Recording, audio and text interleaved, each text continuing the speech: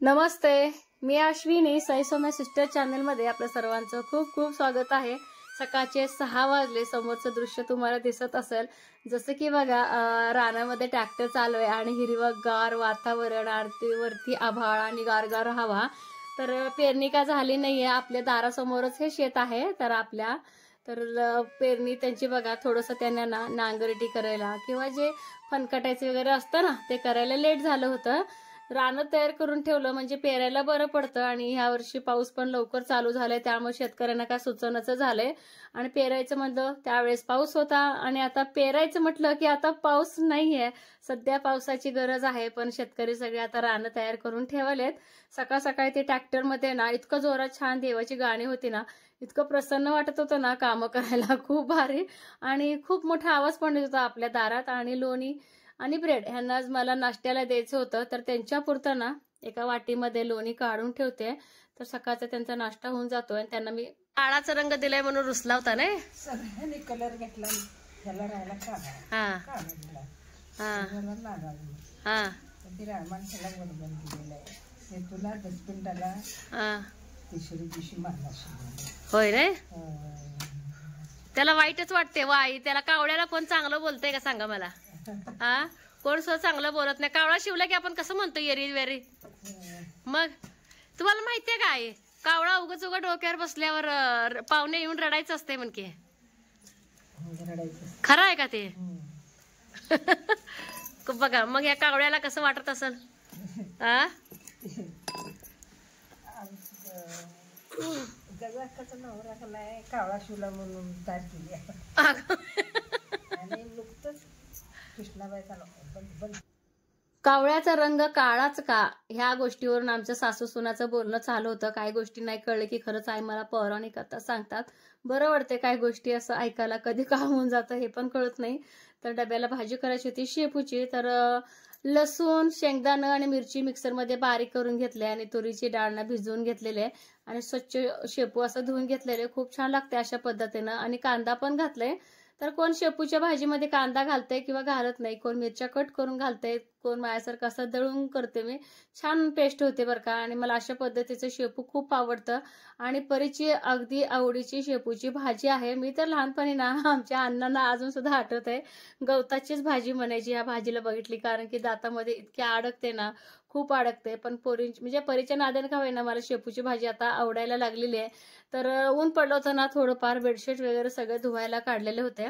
तर म्हटलं चला सगळं बेड्स वगैरे आवरून घ्यावं, परत सईपरी आलं की काही सुचत नाही, कारण आज महिना अखेर आपले घरचे सगळे कामं आटपोस्तोर खा पिस्तोर ना पोरी घरी येतात।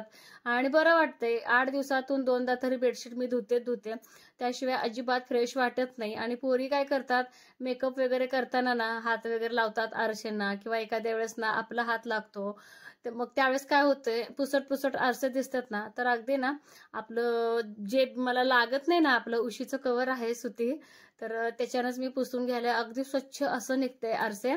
चला म्हटलं लागलंच माझ्या लग्नातलं कपाट पण साफ करावं, तर हे बघा माझ्या लग्नातलं हे कपाट आहे। तर एकदम भारी वाटते ना, आपल्या लग्नातल्या वस्तू जर बघितलं ना, आपल्या आई वडिलांचं कष्ट दिसून येते त्यामागे, म्हणजे किती कष्ट करून हे एक एक सामान जमवलं असं आपल्या लग्नात देण्यासाठी। आई वडिलांची ती धडपड असते ना, ते दररोज ज्या काही वस्तू लग्नाच्या डोळ्यासमोर दिसतात ना, त्यावेळेस आई वडिलांची आठवण येते। तर सगळ्याच ताईंना असं होत असणार आहे माझ्यासारखं दररोज।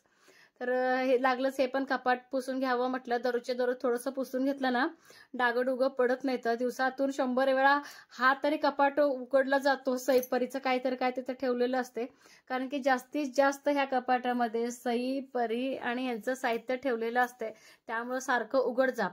आणि यांच्या बाबांनी बघा कसं केलंय, तर छोट्या परीचा फोटो आहे, एक परीचा आहे, हा परी आहे ही, आणि दुसऱ्या बाजूला सईचं पहिलीला असताना हा फोटो, दोघांचं बघा लेकींचं आपलं बाबांनी असं लावलेलं आहे किचनवरती।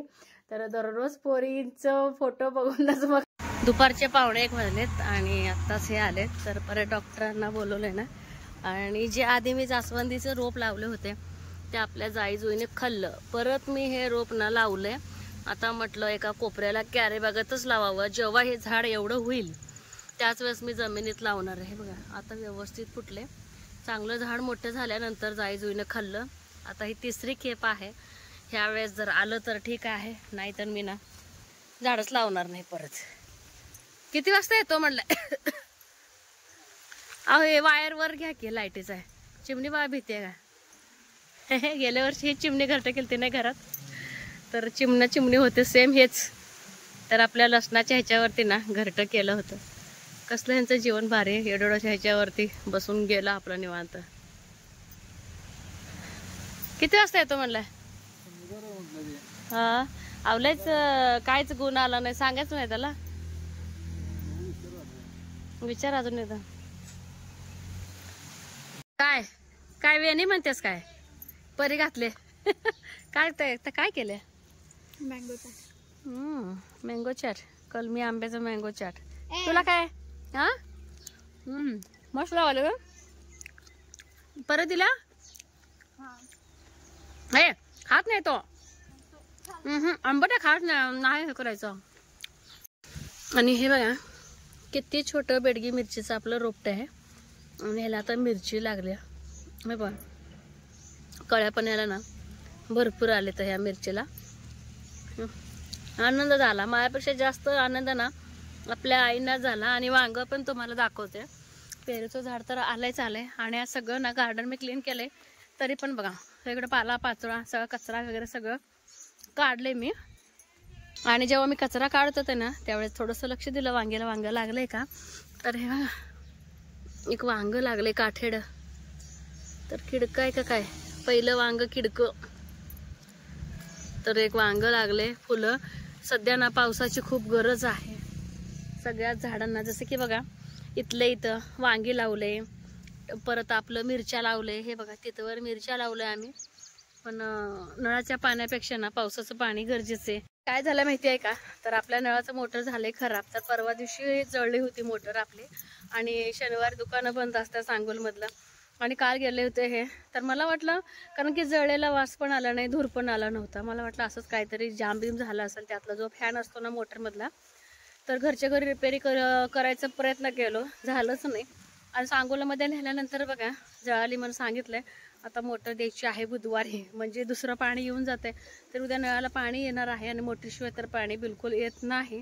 तर सध्या पाण्याची टंचाई म्हटलं तर चालेल. आणि पाऊस पण नाही काय नाही झाडांना. तर त्यामुळं म्हटलं थोडंसं ते काय म्हणतात ओढ धरला पाहिजे सगळे रोपं. त्यामुळे आम्ही पाणी घातलं नाही. आणि आता बघू आता बुधवारी देतो बोललेत मोटरवाले. तर आता सध्या आपल्या पाण्याची इतकी अडचण आहे ना, भरपूर अशी अडचण आहे. आणि तुम्हाला सांगते जी वेणी जी घातली ना ही वेणी मी आज घातलीच नाही. तर हे बघा परीचा हट्ट. परी म्हणाली की आय मीच घालणार आहे, मीच घालणार आहे वेणी. तर परी बहिणी असं घातले. हे बघा मी वेणी कशी घातली हे मला सांगा. पाठीमागून वेणी घातलेलं ग तुझं. मला म्हणते आई नको काढू वेणी राहू दे, हाय असं छान दिसायला लागले.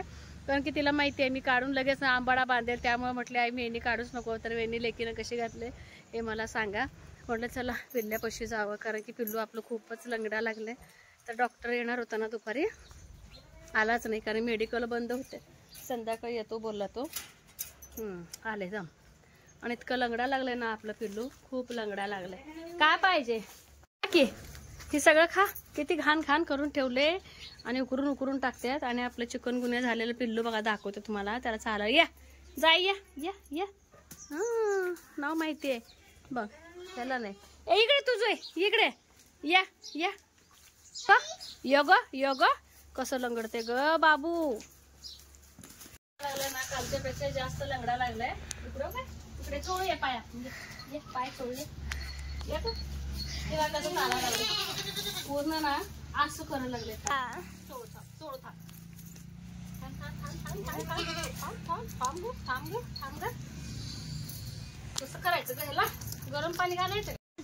होय ग जास्त झालंय. आता कधी येणार दादा तो? अवस्था बघू वाटेना झालंय त्याची. आणि वर जातोय बाई एवढं लंगडतंय पण फिरायचं सोडत नाही, सगळीकडे फिरतंय. हे पेरूचे जे झाड आहे ना सरदार पेरू, इतकं गोड पेरू आहे ना काय सांगू तुम्हाला. इतकं गोड पेरू आहे. आणि ह्याला पण कळ्या फुलं लागायला चालू झालेले आहेत. परीचं आवडतं. इथं पण कळ्या आहेत. होय परी तुझ्या आवडतं फळ? हा चल त्यांना जरा वैरण टाकू दे वरडाने. थांब जरा 1 मिनिट पिल्लू. काय सारखं नको लटकू.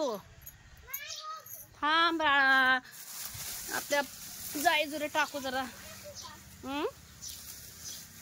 थोडं थोडंच टाकू, लय नाश करायला ते. या बाई पडशील, काय तर करून बसशील, शाळा आता चालू झाले.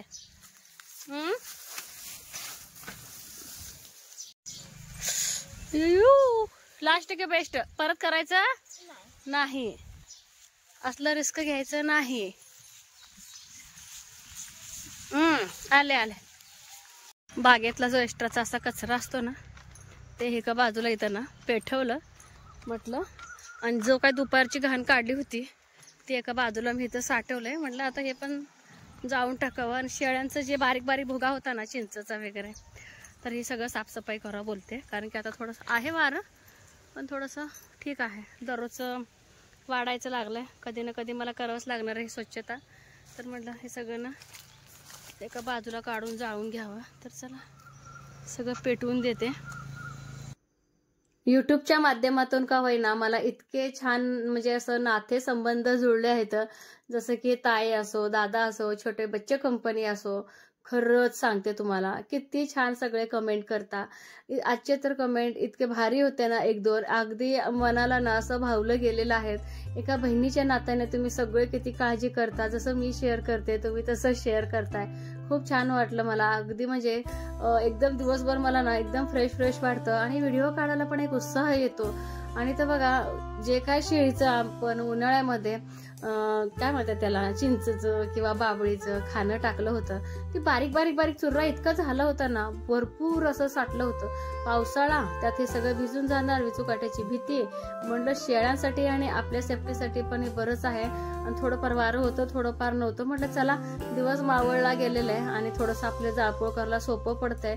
आणि भरपूर असं ना आज आम्ही ना दिसायला तुम्हाला त्या व्हिडिओमध्ये थोडं दिसत असेल, पण आम्हाला बरोबर 2 तास लागले हे सगळं ना काढून जाळून घ्यायला. कारण की जाळाजाळी करायचं म्हटलं की एक प्रकारचं ना रिस्कच घ्यावं लागतं. कारण तुम्हाला सांगते, आधी मी सगळे हाताने काढत होते, पण इतके जबरदस्त 2-2 मोठे मोठे गोम होते ना खाली. आई मला ना ओरडल्यास, खुरपाशिवाय काय तू काय बाई काढू नको, काय केवढ्यात पडायचं आमच्या आईचं बोलणं. तर हे सगळं जाळपोळ करून जाळायचं, स्वच्छता करायचं आमचं इथं काम चालू आहे. कडवाळ म्हणून मी ठेवलं होतं इथलं पीक, पण मेंढराने तुम्ही बघितलाच असेल व्हिडिओ, सगळं खाऊन गेलं. म्हटलं चला असंच जर ठेवलं दुसरी पण जनावरं येऊन जातील, त्यामुळे म्हटलं चला इथलं सगळं स्वच्छताच करून घ्यावी.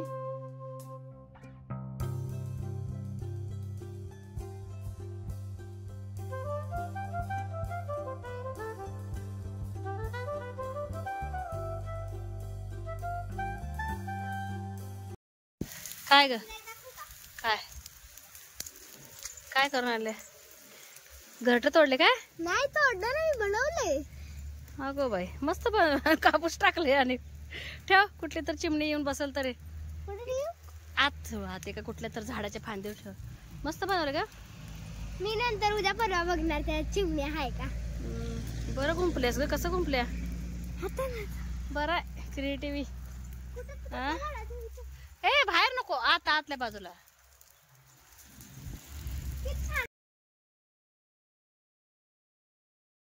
आपल्या जुईकड सारखं माझं लक्ष बघा, माझं का सगळ्यांचंच लक्ष आहे. कारण की जो डॉक्टर येणार होता ना, आपल्या घरचा डॉक्टर आहे, तो दुपारी येणार होता. मेडिकल बंद होतं, मग तो का आलाच नाही. पण आता मला पण काय दम नाही आहे ना, कारण की वरचेवर आपलं पिलू एकदम म्हणजे विचित्रच चालत होतं. आणि त्याला दुखत पण असणार आहे, एवढंच की तो हारत नव्हता. दुखते म्हणून ती एका ठिकाणी बसत नव्हती. आपली जोई सगळीकडे फिरत होती. शेवटी बोलवून घेतलं ह्या डॉक्टरला. आधी म्हटलं बाबा तो काय पण कर, इंजेक्शन करून त्याला आधी नीट कर. कारण मागच्या वेळी जेव्हा इंजेक्शन दिलं होतं तेव्हा अगदी तरतरी आली होती, पण यावेळी जास्तीच जरा झालं होतं.